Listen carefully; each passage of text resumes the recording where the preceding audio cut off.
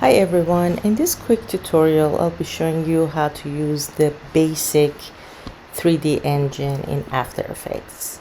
So I've created like a basic, this is a regular 3D layer, and the first thing you want to do is you want to make sure you click on this icon that looks like a cube to access the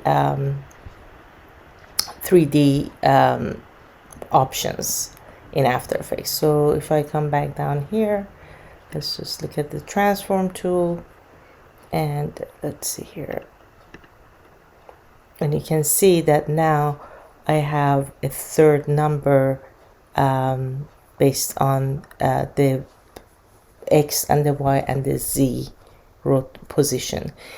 So the X is the horizontal movement, Y is the vertical movement, and Z stands for the camera. It stands for the depth, and basically the relationship of your subject with a virtual camera. So so again, the first thing you want to do, you want to make sure this is selected, and this is going to be really like a basic overview, and we're going to get deeper into the 3D engine as we move forward to the next tutorials.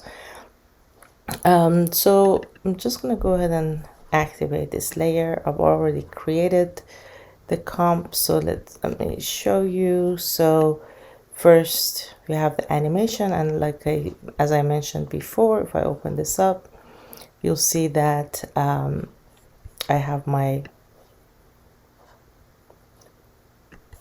rotation, basically the horizontal movement, which is this one, and then I have my vertical movement, which is the Y rotation. You can see I've keyframed it, and then I have the depth, which basically works off the this adding like a camera, which I'm going to show you in a second. I'm going to delete this and show you how to add cameras and lighting. So this is basically going to be the horizontal rotation and vertical rotation. And if you click here, you can also see that the guide, so if I click on the X, the red stands for the X rotation, and you can see the horizontal. I can literally move it in the frame and keyframe it this way, and also the Y would be the green, which would be this movement. So that's like the basic concept, and for anything a little more complex, you would want to add like a camera and a light. So if I go back to my layer, new, and add a camera, and we're gonna, like I said, we're gonna talk about this camera options later on through the semester, but the standard is these are like the lenses that you normally would have on your camera, and the 36 millimeter would resemble like a regular, a little shorter than the 50. So it's basically similar to your 35 millimeter lens on your cameras. I'm gonna go ahead and say okay, and now I'm actually gonna click on the camera. Maybe I'll just want to make it a little shorter here, and then now, so I have that, maybe here.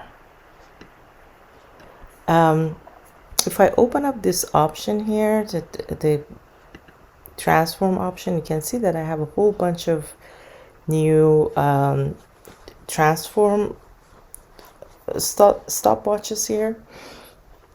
Point of interest basically is where the camera is actually pointing to or looking at. Positions, I'm going to just keyframe this.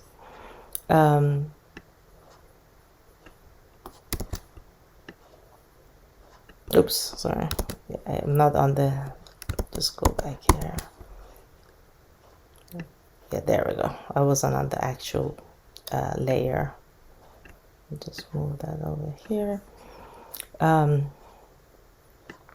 So I mean, if you take a moment to just play around with these settings, you'll get a good sense of how they work. You can also manually move them as I did before. Just flip the camera. And another great way to animate your layers using the camera option is using the orbit tool, which is right up here. And again, if I move this, you can see that it's almost like a free fall. And as I'm moving it, you see the position of my layer properties changes. So these are all the different ways that you can create like an interesting animation here. And you can also have these, there's three options. So the other option, basically it allows you to rotate the piece free, like a free fall kind of a thing. And the third option is kind of the same, is similar to the second option. I usually prefer to use this first one. It just seems it works better for what I do. Like I can manage the positions better with that, but you could do any of the, you know, you can just explore them on your own and see which one suits you better. So, and then you can sort of you know, add light as well. So if I go back here and choose layer new light, and maybe I'll use like a red light. And these are different types of lights. Again, we'll talk about that in details as we move forward. But you can see that now I have my light, and I can animate the spotlight as well. And I'm going to actually fit to, okay, there we go. So you can also change and animate the position of your light. So you can, if I come back here, you can see that I have my point of interest. I can move it up, move it down, make it narrower, make it wider. I can reveal, you know, I can keyframe this and sort of reveal the light.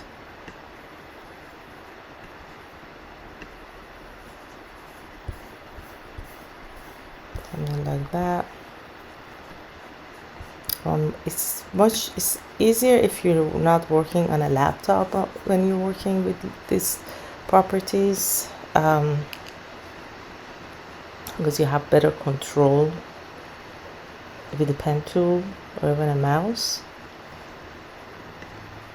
And you can also, if you want to edit your light, you can double click on the option and then modify the cone.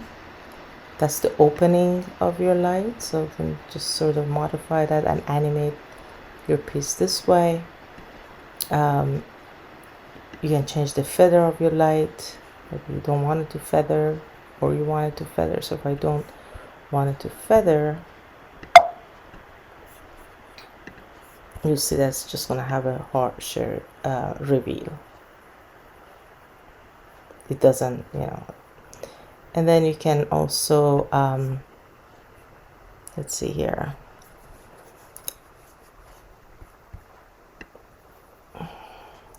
you can either do it through these numbers or literally like grab these handlers and move them around.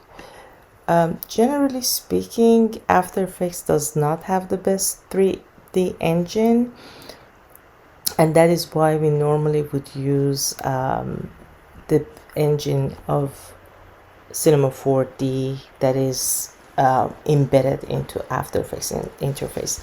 And in the next two video tutorials, I'll be showing you how to use that engine because it's a lot more powerful. But just wanted to show you the different ways that you can add light, and you can add cameras, and you can change your layer to 3D, and basically change the horizontal and vertical rotations of your layer.